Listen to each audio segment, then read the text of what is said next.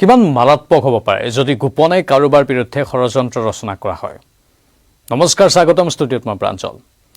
যি সময়ত ইৰাণ আৰু আমেৰিকাৰ শান্তি আলোচনাৰ বাবে বিশেষ পদক্ষেপ চলি আছিল, যি সময়ত সমগ্ৰ বিশ্বই আমেৰিকা আৰু ইৰাণৰ মাজত শান্তি স্থাপনক লৈ আশা কৰি আছিল, সেই সময়ত কিন্তু ইজৰাইল, যি ইজৰাইলৰ সৈতে আমেৰিকাৰ অতি সুসম্পৰ্ক, কিন্তু মাজতে সম্পৰ্ক বিঘ্নিত হ'ল বাৰু, সেই ইজৰাইল এই দুই দেশৰ সম্পৰ্কত ভাঙোন আনিবলৈ চেষ্টা কৰি আছিল, ইৰাণক টাৰ্গেট কৰি লৈছিল। সাধাৰণতে এনেকুৱা হয়, যেতিয়া বিশ্বত কিবা এটা শক্তিয়ে ভাল পথত যাবলৈ চেষ্টা কৰে, তেতিয়া তাৰ বিৰুদ্ধে একাংশ শক্তি জাগ্ৰত হৈ পৰে, যাৰ ফলত বিশ্ব অশান্তিময় হৈ পৰে। দ্য নিউয়ৰ্ক টাইমছৰ এটা বাতৰিৰ আঁত ধৰি গোটেইখিনি আমি ক'ব বিচাৰিছোঁ।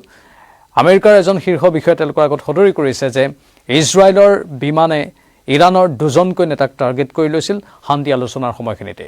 যেতিয়া শান্তি আলোচনা চলিছিল, তেতিয়াই লক্ষ্য আছিল যে ইৰাণৰ এই দুয়োগৰাকী নেতাৰ প্ৰাণ লোৱাটো, আৰু প্ৰাণ লোৱাৰ লগে লগে বিশ্বত কি হ'লহেঁতেন এবাৰ কল্পনা কৰক। ইতিমধ্যেই যিগৰাকী মূল প্ৰধান নেতা ইৰাণৰ, খামেনি, তেওঁৰ অন্ত্যেষ্টিক্ৰিয়া পৰ্ব আৰম্ভ হ'ব, আৰু সেই অন্ত্যেষ্টিক্ৰিয়া পৰ্বত ভাৰতৰ প্ৰতিনিধিও যাব বাৰু।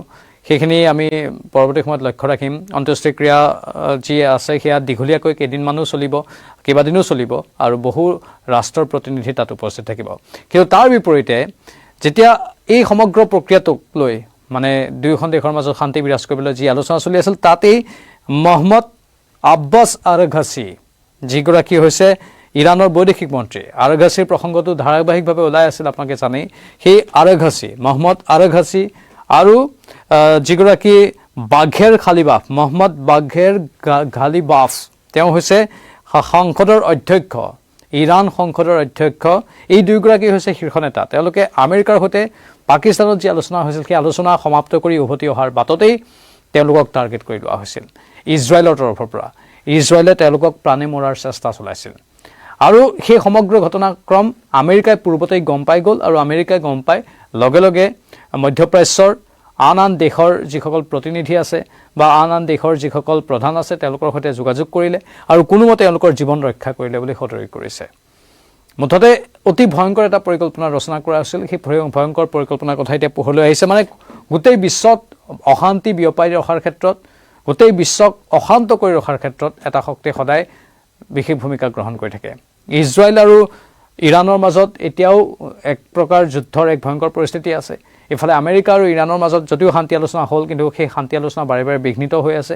মুঠতে আকৌ এবাৰ এই সমগ্ৰ ঘটনাক্ৰম উত্তপ্ত হৈ পৰাৰ আশংকা আছে, আৰু তাৰ মাজতে এই খবৰটো দ্য নিউয়ৰ্ক টাইমছে প্ৰকাশ কৰিছে, যিটো খবৰ অত্যন্ত উদ্বেগজনক। আমি গোটেই বিশ্বৰ যদি কথা চাওঁ, হৰমুজ প্ৰণালীয়েদি তেল পৰিবাহী বা গেছ পৰিবাহী জাহাজবোৰ আহিছে, আৰু অহাৰ মাজতেই দুই এবাৰ বন্ধ হৈ যোৱাৰ দৰে ঘটনা হ'ল। অৱশ্যে তাৰ মাজতে কিছু পৰিমাণে অনুকূল পৰিৱেশ ঘূৰি অহা বুলিও দাবী কৰা হৈছে, আৰু পূৰ্বৰ সেই ভয়ংকৰ পৰিস্থিতি এতিয়া বাৰু নাই। কিন্তু এই পৰিস্থিতি কিমান দিন শান্ত হৈ থাকিব? ইছলামিক দেশবোৰৰ ওপৰত এটা ক'লা ধোঁৱা এতিয়াও কিন্তু চানি ধৰি আছে।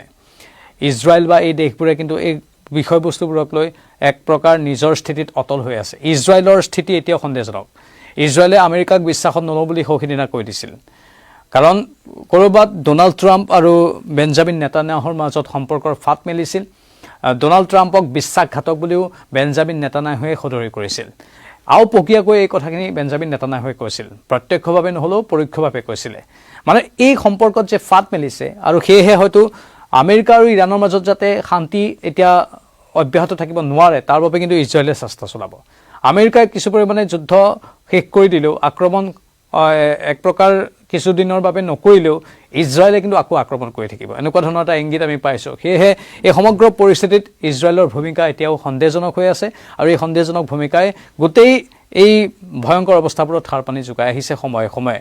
এতিয়াও একেবাৰে আমি অনুকূল পৰিৱেশ ঘূৰি অহা বুলি সেইবাবেই ক'ব নোৱাৰোঁ।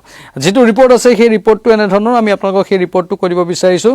আন্তৰ্জাতিক সংবাদ সংস্থাৰ জৰিয়তে এই তথ্যখিনি প্ৰকাশ পাইছে, আৰু তেওঁলোকে সদৰি কৰিছে যে অত্যন্ত এয়া উদ্বেগজনক এক খবৰ আৰু এই উদ্বেগজনক খবৰটোৱে কিন্তু আন্তঃৰাষ্ট্ৰীয় মহলত চিন্তাৰ সৃষ্টি কৰিছে মধ্যপ্ৰাচ্যৰ উত্তেজনাৰ মাজতে পোহৰলৈ আহিছে এই বিস্ফোৰক তথ্য ইৰাণৰ দুই শীৰ্ষ নেতাক হত্যাৰ বাবে ইজৰাইলে ৰচনা কৰিছিল এক গোপন ব্লুপ্ৰিণ্ট কিন্তু ইজৰাইলৰ এই পৰিকল্পনাৰ উমান পাই থৰক-বৰক অৱস্থা হৈ আমেৰিকাই তৎকালীনভাৱে কিছু ব্যৱস্থা গ্ৰহণ কৰিলে ইজৰাইলৰ এটা ভুল পদক্ষেপে সমগ্ৰ মধ্যপ্ৰাচ্যত আকৌ ভয়ংকৰ অৱস্থাৰ সৃষ্টি কৰিব পাৰে ইৰাণ আৰু আমেৰিকাৰ মাজত যেতিয়া পাকিস্তানৰ শান্তি আলোচনা চলি আছিল সেই সময়তে এই ঘটনা সংঘটিত হৈছিল আৰু আব্বাছ আৰাঘাচি আৰু মহম্মদ বাঘেৰ ঘালিবাফক প্ৰাণে মৰাৰ চেষ্টা চলোৱা হৈছিল পাকিস্তানত ৱাশ্বিংটন আৰু তেহৰানৰ মাজত অনুষ্ঠিত হোৱা গুৰুত্বপূৰ্ণ বৈঠকৰ পৰা উভতি অহাৰ সময়তে এই পৰিকল্পনা ৰচনা কৰা হৈছিল কিন্তু এই পৰিকল্পনাই যেতিয়া বিশেষ সূত্ৰৰ পৰা তেওঁলোকৰ ইন্টেলিজেন্সৰ পৰা আমেৰিকা যুক্তৰাষ্ট্ৰই গম পালে ৱাশ্বিংটন প্ৰশাসনে লগে লগেই এই কূটনৈতিক আলোচনা যাতে স্তব্ধ কৰিব নোৱাৰে তাৰ বাবে বিশেষকৈ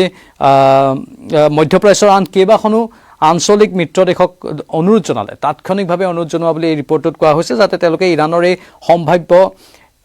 ইৰাণৰ ওপৰত এই সম্ভাৱ্য ইজৰাইলী আক্ৰমণ আৰু ভাবুকিক যাতে প্ৰতিহত কৰিব পাৰে আৰু তেওঁলোকক ইৰাণৰ ইন্টেলিজেন্সক যাতে পূৰ্বে সতৰ্ক কৰি দিয়ে আৰু সেই সময়তেই এই সমগ্ৰ ঘটনাক্ৰমত মধ্যপ্ৰাচ্যৰ একাংশ দেশে উদ্যোগ গ্ৰহণ কৰিলে আৰু তেওঁলোকৰ সেই উদ্যোগৰ ফলতেই এই দুয়োগৰাকী নেতা কোনোমতে ৰক্ষা পৰিল যে আমেৰিকাই ইৰাণক শান্ত কৰি যুদ্ধবিৰতিৰ পথ প্ৰশস্ত কৰিবলৈ চেষ্টা চলাইছিল সেই সময়তে মিত্ৰদেশ ইজৰাইলৰ এনে আক্ৰমণাত্মক স্থিতিয়ে ছুপাৰ পাৱাৰ আমেৰিকাৰ বাবে কিছু শংকা কঢ়িয়াই আনিছে আৰু এই সমগ্ৰ ঘটনাক্ৰমত এই বিভিন্ন প্ৰতিবেদন সন্মুখলৈ আহি আছে আৰু আমি আপোনালোকক জনাই আছো ধাৰাবাহিকভাৱে গোটেই খবৰবোৰ এই খবৰবোৰৰ আৰু তথ্য উদ্ঘাটন হৈ থাকিব প্ৰকৃততে তাৰ পাছত কি হ'ল তাৰ পাছত যেহেতু এওঁলোকৰ বহু নেতাৰ প্ৰাণ গ'ল এওঁলোকৰ বহু খামেনিৰ পাছত আৰু বহু ইৰাণৰ উচ্চ পদস্থ নেতাৰ প্ৰাণ গৈছে খামেনিৰ পুত্ৰৰ অৱস্থাও অতি সংকটজনক হৈ পৰিছে সেই গোটেইখিনি কথা আপোনালোকে জানে মুঠতে গোটেই বিশ্বৰ পৰিস্থিতি পৰিৱেশবোৰ এখন দেশৰ সৈতে আন এখন দেশৰ সম্পৰ্কবোৰ বহুকেইটা বিন্দুৰ ওপৰত নিৰ্ভৰ কৰে